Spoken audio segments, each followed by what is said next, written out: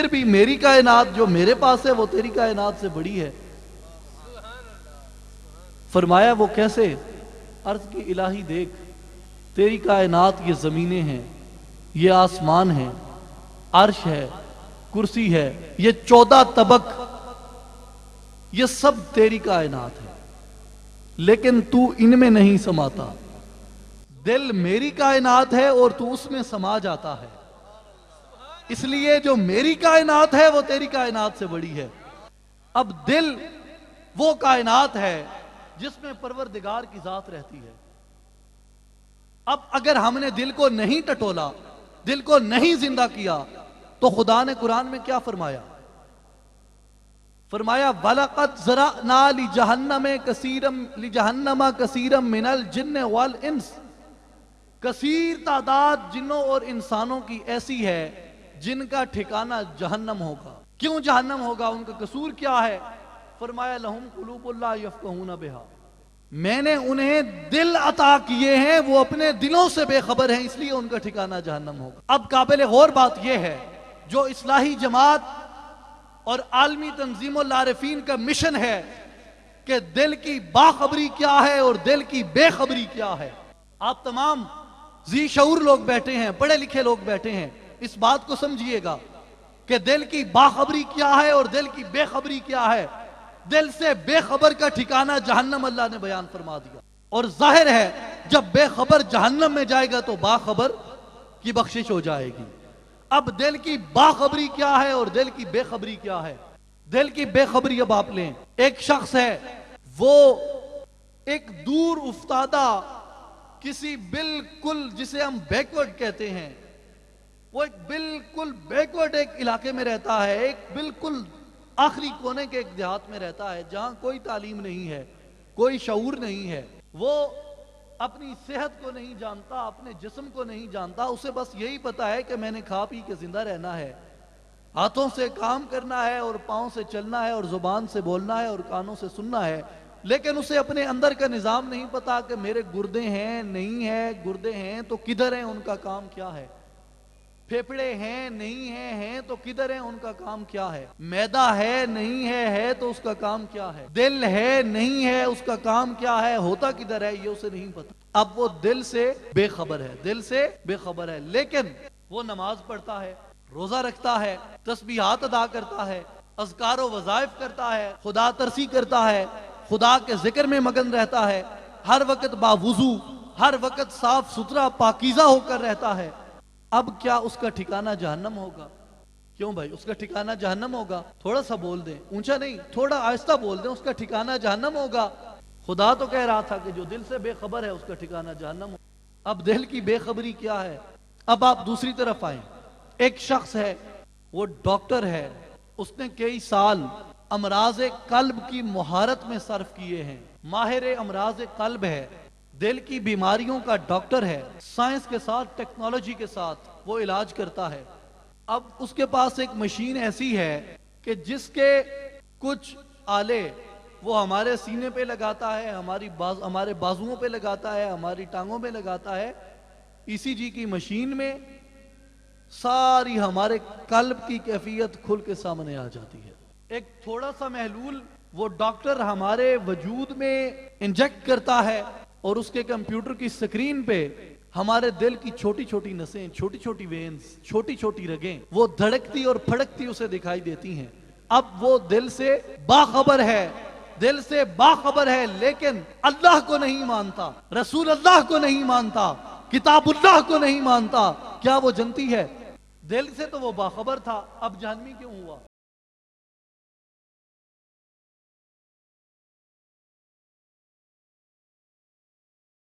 آپ کہہ رہے ہیں کہ وہ جنتی نہیں ہے، آپ کے پاس معیار کیا ہے باخبری اور بے خبری کا؟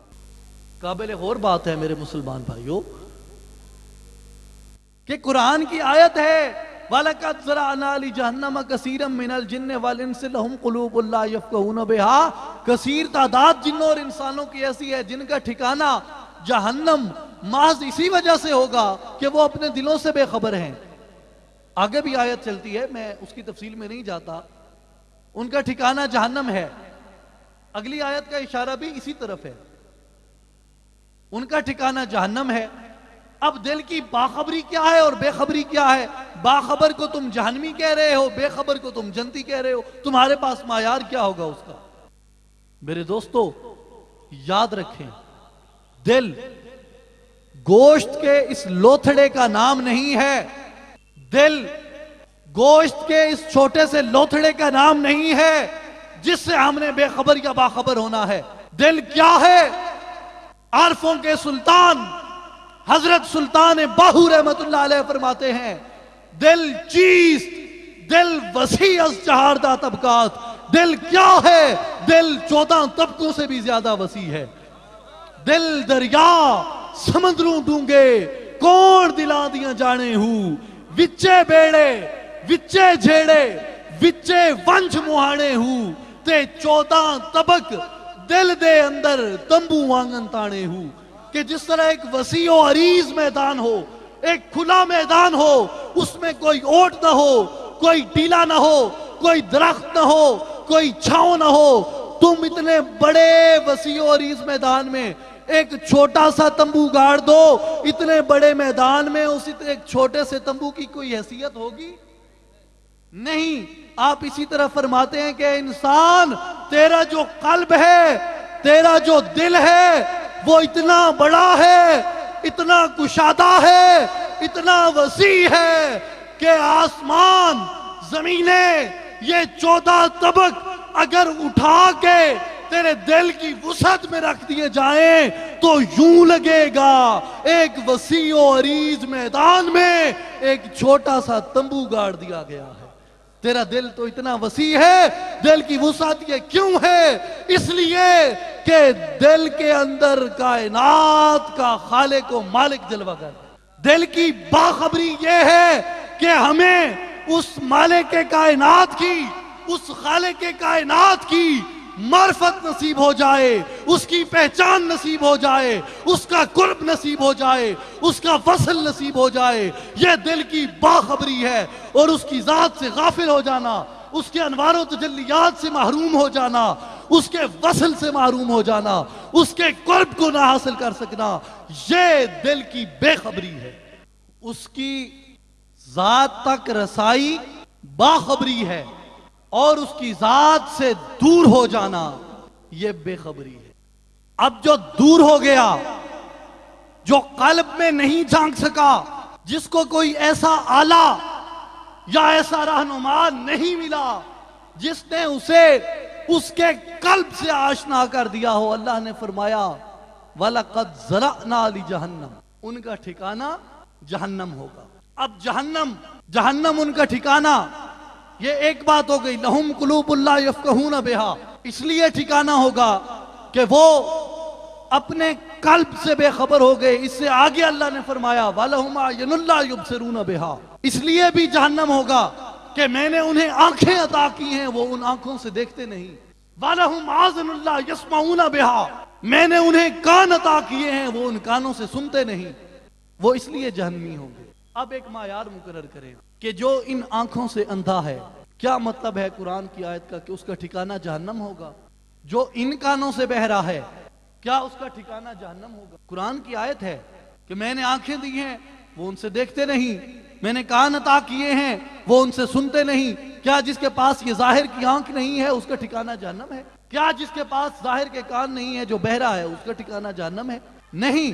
یہ کون سی آنکھیں ہیں جس کے بارے میں اللہ قرآن میں فرما رہا ہے کہ وہ ان آنکھوں سے اندھے نہیں ہیں، بلکہ ان کی وہ آنکھیں اندھی ہیں جو ان کے سینوں میں ہیں۔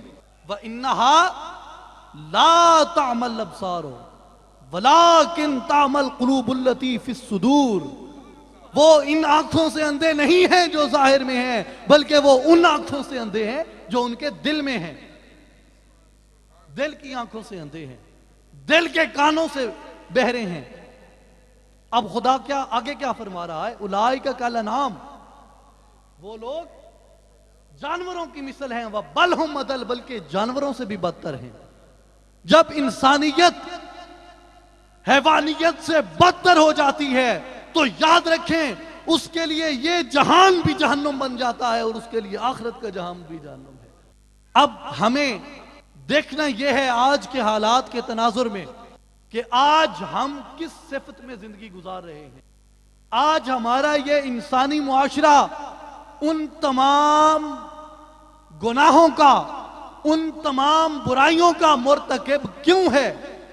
فقط اس لیے کہ انسان کی نظر کے سامنے انسان کا اپنا مقام آشکار نہیں ہے.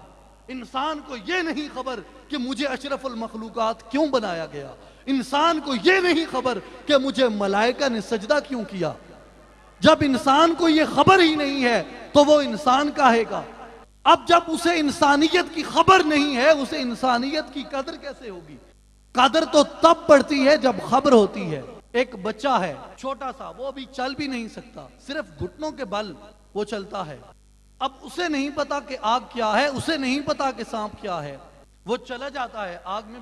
کیوں؟ اسے آگ کی قدر کیوں نہیں، اسے یہ کیوں نہیں معلوم کہ آگ مجھے جلا دے گی؟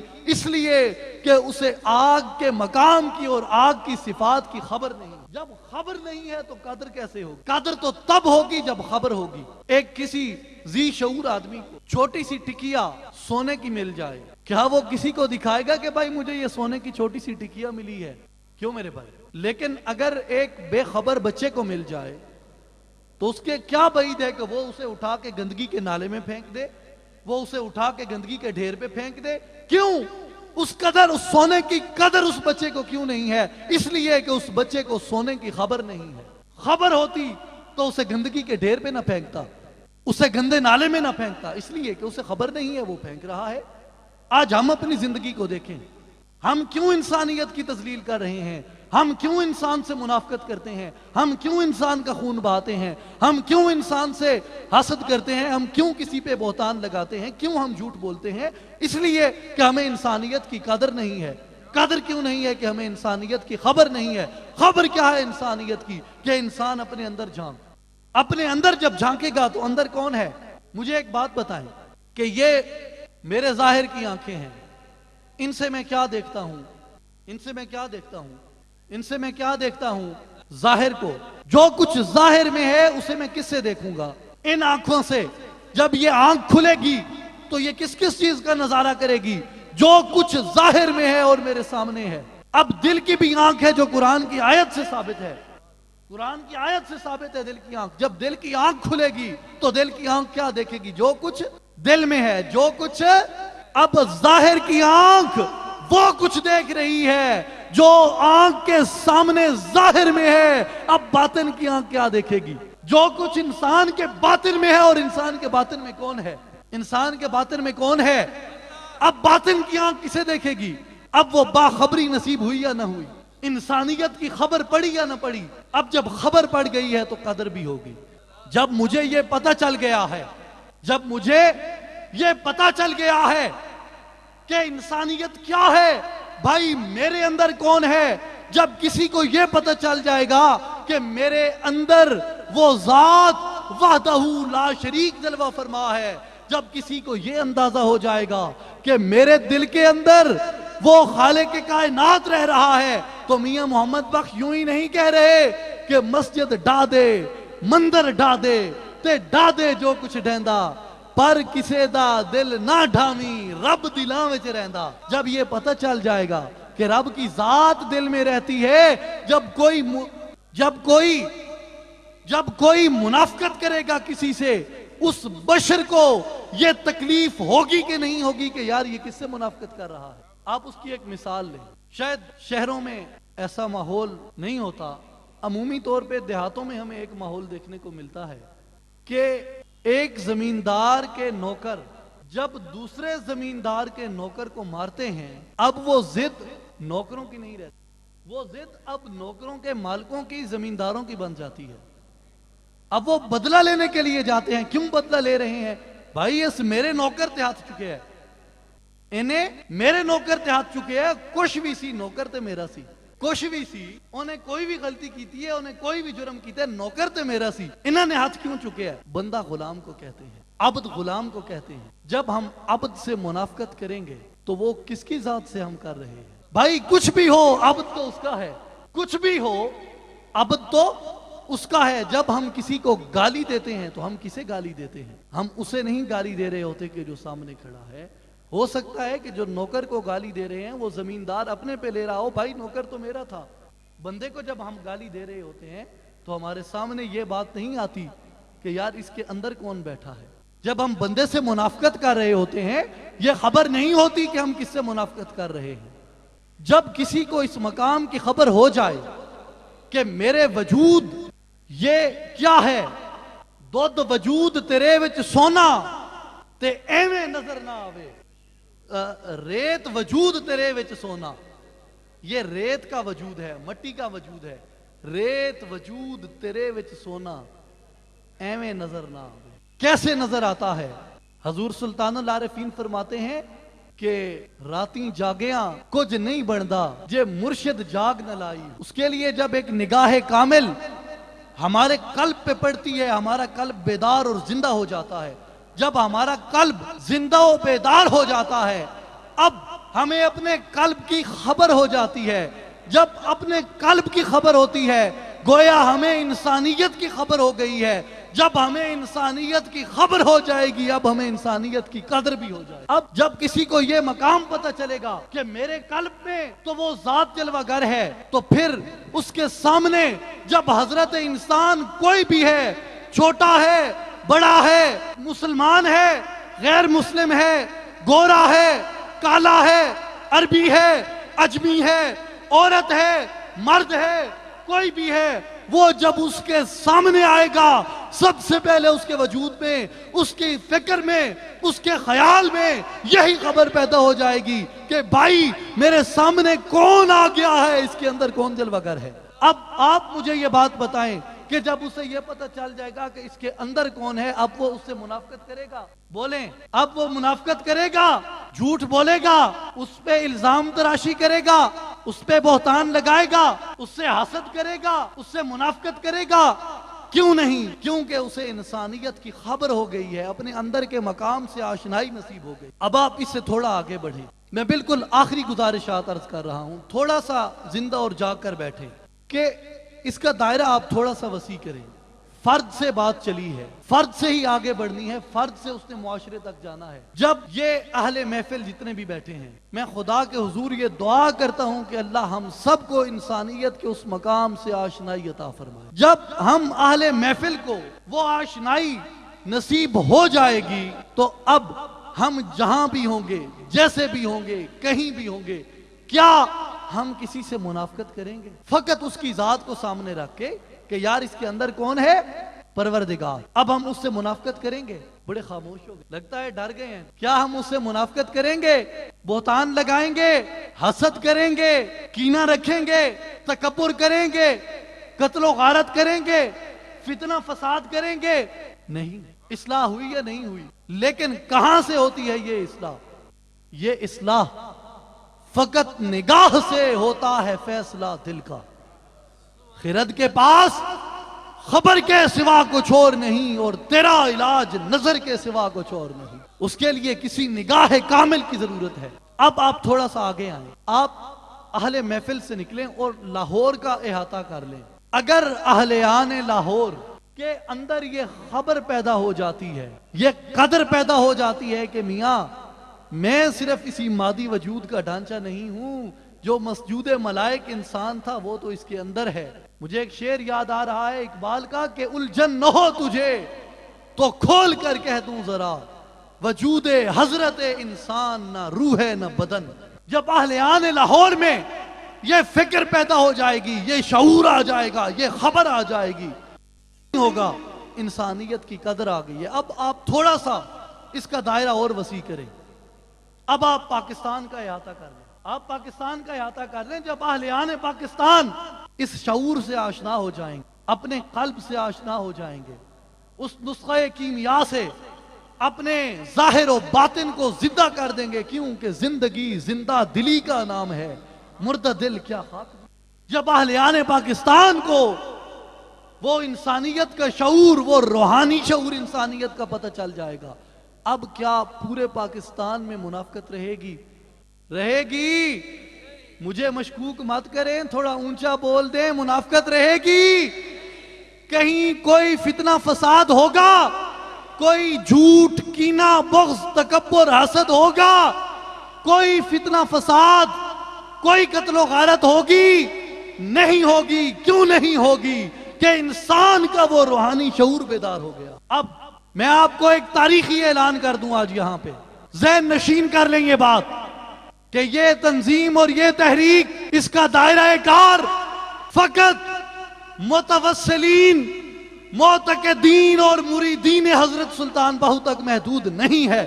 اس کا دائرہ، اس کی اصلاح کا دائرہ فقط اور فقط اہل سنت والجماعت بریلویوں تک محدود نہیں ہے۔ اس کا دائرہ فقط کلمہ گو مسلمانوں تک نہیں ہے، بلکہ اس کا دائرہ، اس کی دعوت، یہ فکر پوری عالم انسانیت کے لیے ہے، کیونکہ میرے سلطان باہو نے یہ اعلان فرما دیا ہے کہ ہر کے طالب حق بود من حاضرم، کہ دنیا میں کوئی بھی، کہیں بھی، جیسا بھی، جو بھی اللہ کی ذات کا طالب ہے، آپ فرماتے ہیں سلطان باہو کا دروازہ اس کے لیے کھلا ہے۔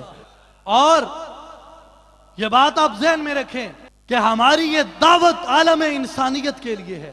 حضرت نظام الدین اولیاء رحمت اللہ علیہ، آپ پہ علماء وقت نے ایک مقدمہ کر دیا اور بادشاہ وقت کی عدالت میں پیش کیا کہ جناب یہ مشرکین کے لیے دعائیں مانگتے ہیں، یہ مشرکین کی خیر۔ ہندو آتے تھے، مسلمان بھی آتے تھے، سکھ بھی آتے تھے حضرت نظام الدین اولیاء، آپ سب کے لیے دعا، سب آپ کی درگاہ سے، آپ کے آستانہ سے، آپ کی بارگاہ سے اللہ کی عطا کی ہوئی توفیق کے صدقے وہ اپنی جھولیاں بھر کے جاتے۔ اب علماء نے کہہ دیا کہ جناب یہ تو مشرکین کے لیے دعائیں کرتے ہیں، یہ تو مشرکین کی خیر و بقا چاہتے ہیں۔ حاکم وقت نے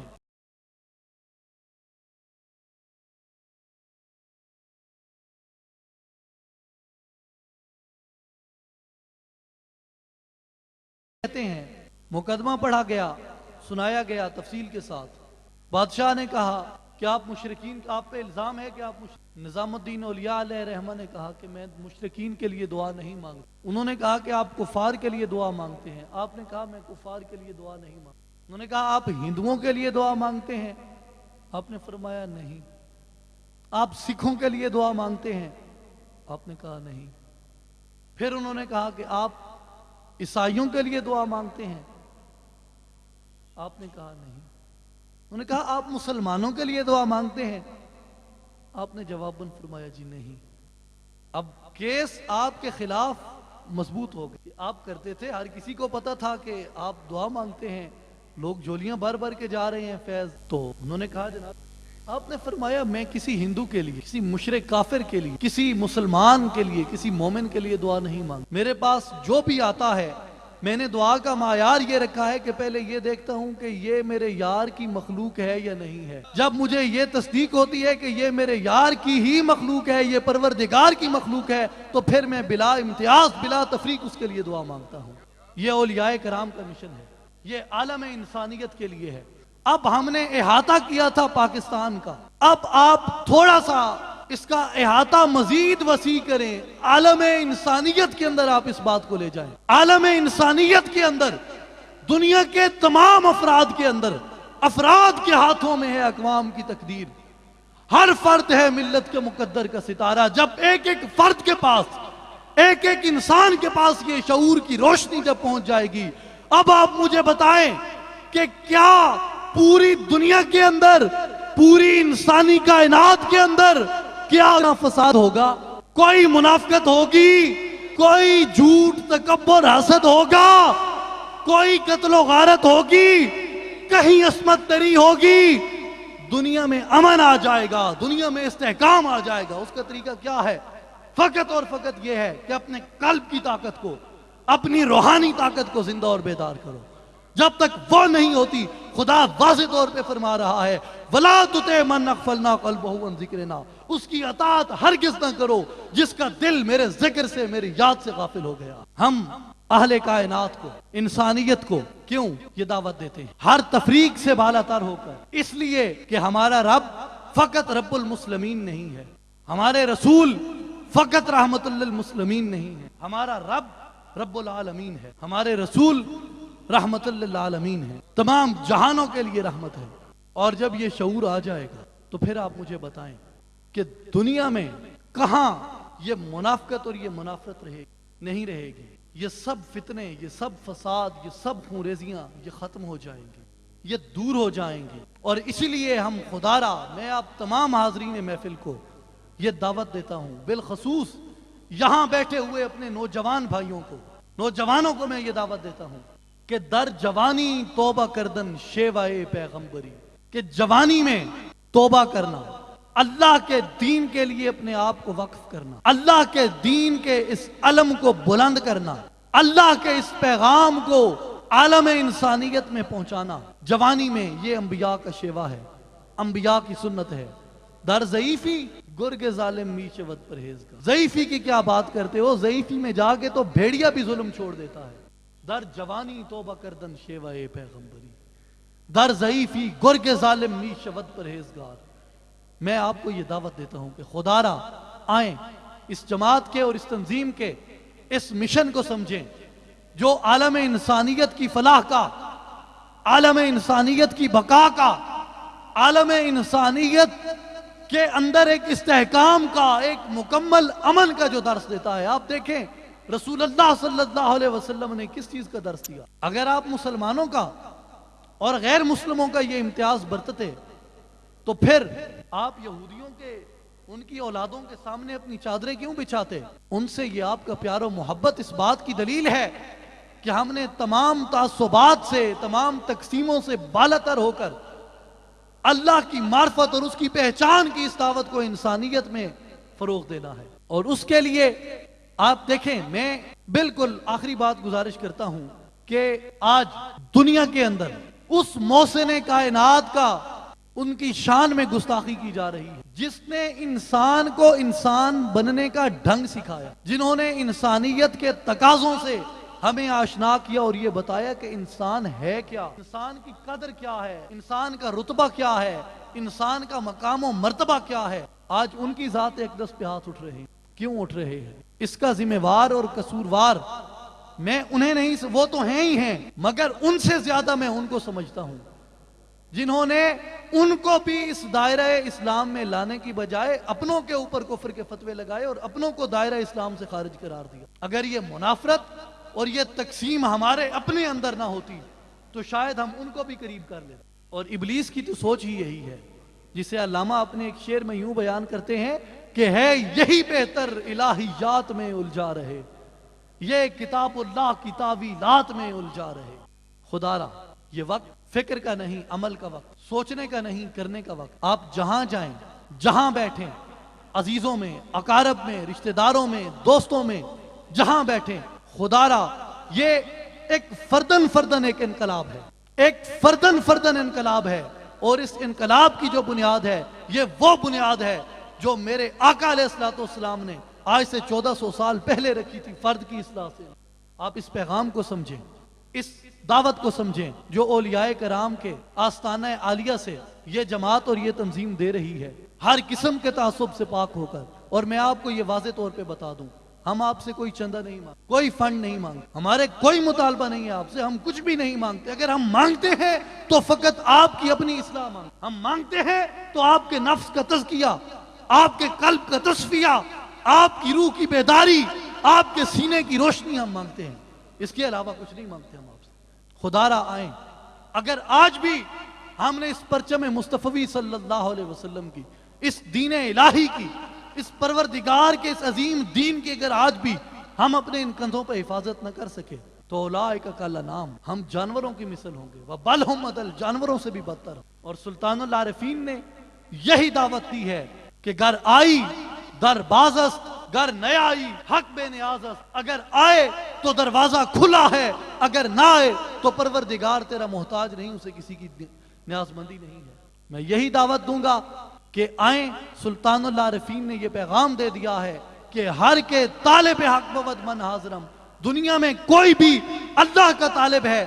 آپ فرماتے ہیں کہ سلطان باہو کا دروازہ اس کے لیے کھلا ہے، زے ابتدا تا انتہا، یک دم برم اللہ کی وہ سچی طلب لے کے آنا تمہارا کام ہے، اور انسانیت کے اس مقام پہ ابتدا سے لے کے انتہا تک رسائی عطا فرما دینا یہ سلطان باہو کی ذمہ داری ہے۔ اور میں انہی دعائیہ کلمات پہ اجازت